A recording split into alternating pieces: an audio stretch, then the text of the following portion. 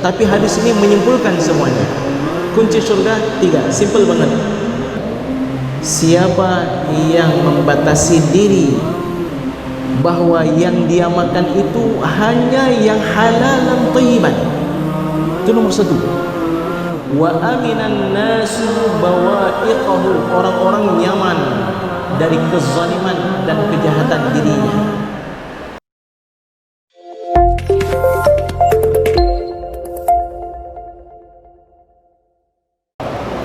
Alhamdulillah, alhamdulillahilladzi hadana lihadza wa ma kunna linahtadiya laula an hadana Allah. Allahumma salli wa sallim ala sayyidil awwalin wal akhirin, sayyidil ghurril muhajjalin, alladzi ba'athahu Allah rahmatan lil alamin, nabiyyina wa habibina Muhammad wa ala alihi wa sahbihi ajma'in. Rabbi shrah li sadri wa yassir li amri wahlul 'uqdatam min lisani yafqahu qawli. Amma ba'd. Kebiasaan kami di Mesir kalau mau mulai pengajian, agar Allah membukakan banyak kemudahan, banyak barakah, banyak ma'unah, maka kita mulakan dengan pembukaan yang terdapat di dalam Al-Quran, yaitu Al-Fatihah. Ila hadhihi niyatis salihah Al-Fatihah. A'udzu billahi minasyaitonir rajim. Bismillahirrahmanirrahim. Alhamdulillahi rabbil alamin. Arrahmanir rahim. Maliki yaumiddin. Iyyaka na'budu wa iyyaka nasta'in. Ihdinas siratal mustaqim. Siratal ladzina an'amta 'alaihim ghairil maghdubi 'alaihim waladdallin. Amin. Puji syukur pada Allah Subhanahu wa taala, pada malam yang berbahagia ini Allah izinkan kita bertemu. Mungkin ada sebagian menganggap ini kebetulan, tapi tidak ada yang kebetulan. Dalam ilmu Allah Subhanahu wa taala, dalam akidah kita tidak ada yang kebetulan, semuanya terancang dari Allah Subhanahu wa taala. Salam dan salam kepada Nabi besar Muhammad sallallahu alaihi wasallam, nabi yang kita berupaya untuk mengikuti sunnahnya. Di pesantren dan Faqih Qurani ini kami berupaya untuk melaksanakan sedekat mungkin dengan Al-Quran, As-Sunnah, dan juga kajian-kajian ilmiah yang disebutkan oleh para ulama dalam kitab-kitab mereka. Maka Bapak Ibu sekalian, lihat bagaimana zikir kami selepas salat, ya. Tidak seperti zikir di tempat yang lain. Kami mengikut sunnah Nabi SAW semampunya karena waktu yang terbatas. Namun apabila selepas maghrib dan subuh, itu zikirnya lebih panjang karena permulaan malam dan juga permulaan hari. Kami sebenarnya selalu ingin berinteraksi dekat dengan bapak dan ibu, dengan para wali santri, dengan masyarakat. Sudah lama kami mengidamkan acara pengajian seperti ini. Namun karena faktor ini, faktor itu, pertimbangan ini, pertimbangan itu, akhirnya tertunda, sehingga pada malam yang berbahagia ini, wabil khusus lebih kurang 1 pekan yang lalu, Ayah Haji Sofyan Pakeh mengingatkan saya, "Nyo abu pajan terpegat pengajian. Pakan golong mulai nyo orang kampung kadamanya." Wallahu alam apakah bapak kecil waktu itu menghampiri beliau. Yang jelas nyo lagi kajut tak mulai ju dalam pekannya malampu.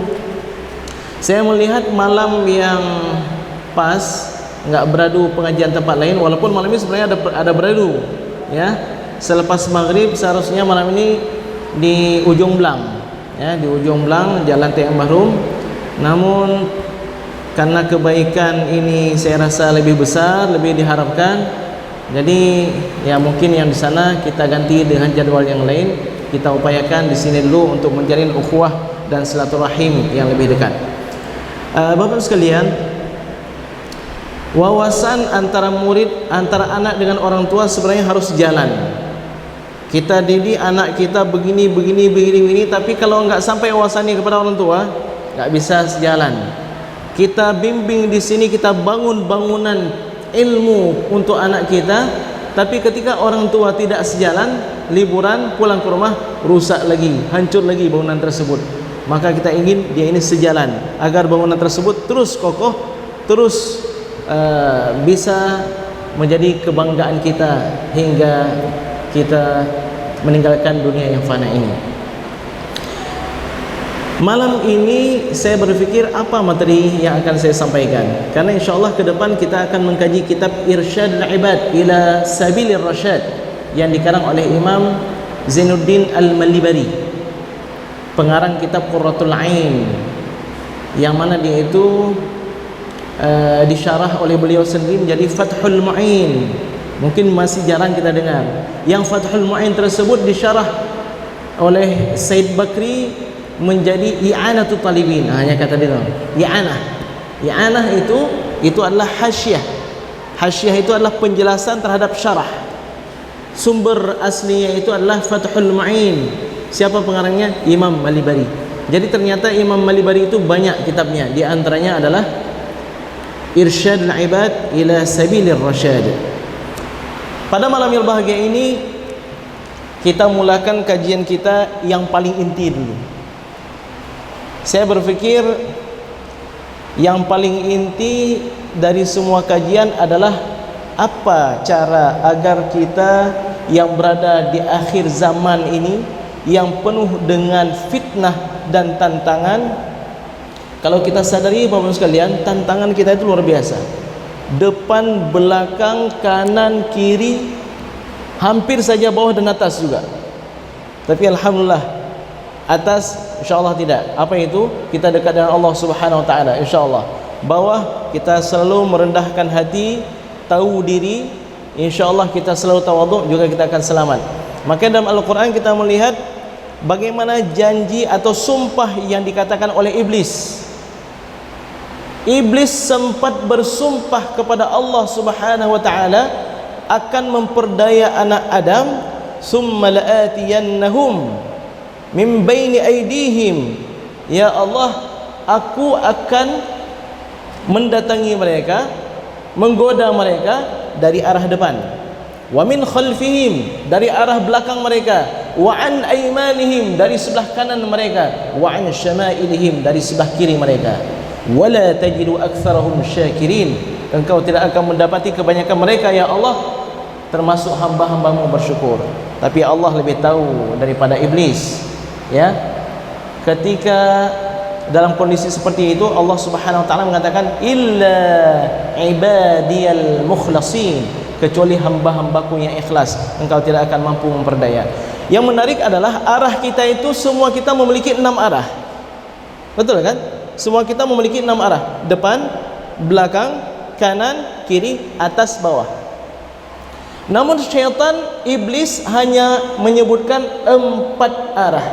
Kenapa? Iblis tidak mampu mendatangi atau menggoda manusia dari 2 arah lainnya, atas dan bawah.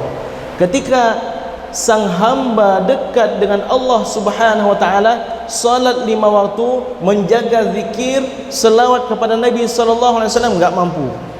Maka di antara nama syaitan adalah Al-Khannas, alladzi yuwaswisu fi sururin nas. Apa arti khannas? Khannas kalau kita lihat dalam kamus artinya mengecil. Kenapa syaitan dikatakan mengecil? Karena syaitan ketika berupaya menggoda kita, lalu kita ingat Allah Subhanahu wa taala, dia mengecil. Kita ingat Allah Subhanahu wa taala, dia mengecil. Kita mengingat Allah, mengecil sampai akhirnya tidak mampu memperdaya kita. Hadis riwayat Imam Al-Bukhari. Sepertiga hari kita lalui untuk tidur malam.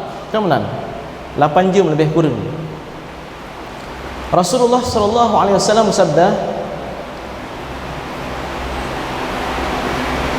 yaqiru syaitan ala qafiyati ra'si ahadikum. Kalau kita mau tidur malam, itu syaitan berdiri di atas, duduk di atas kepala kita, lalu mengikat kita dengan 3 ikatan. Di setiap simpul ikatan tersebut, syaitan meniupnya dan mengatakan, laka lailun tawil farqud, kamu masih memiliki malam yang panjang, tidurlah. Begitu terus syaitan memperdaya kita. Fa idza istayqadha, kalau dia bangun terjaga, thumma dzakarallah, kemudian dia mengingat Allah. Dia mengingat Allah berarti dia baca doa, alhamdulillahilladzi ahyana ba'dama amatana wa ilaihin nusyur. In hallat minhu uqdah, lepaslah ikatan yang pertama. Fa idza qama wa tawaddaa inhallat minhu 'uqdah. Kalau dia bangun lalu berwuduk, terlepas ikatan yang kedua. Fa idza shalla inhallat minhu 'uqdah. Dan apabila dia salat, lepas ikatan yang ketiga. Fa asbaha nasyitan tayyiban nafs. Maka berpagi hari itu dia dalam kondisi semangat, jiwanya itu baik, dinasihati mudah, untuk melakukan maksiat sulit, untuk menghafal Al-Quran mudah, untuk berbakti pada orang tua mudah. Kenapa? Karena dia jaga adab-adab tersebut. Wa illa, kalau seandainya dia tidak melakukan hal seperti itu, asbaha khabithan nafsi kaslana. Maka berpagi hari itu dia dalam kondisi buruk jiwanya, enggak terdorong dirinya untuk melakukan ketaatan. Disuruh dinasihati sama orang tua, marah dia. Bukan itu saja, kaslan, pagi itu dia dalam kondisi malas. Jadi maksudnya apa? Ternyata syaitan itu memiliki simpul-simpul, memiliki langkah-langkah. Kalau seandainya langkah-langkah tersebut kita tidak turuti, dia makin lemah, makin mengecil, dan lepaslah kita dari belenggu iblis dan syaitan. Bapak sekalian yang dimuliakan oleh Allah Subhanahu wa taala, ada sebuah hadis yang diriwayatkan oleh Imam At-Tirmidzi dalam sunan beliau.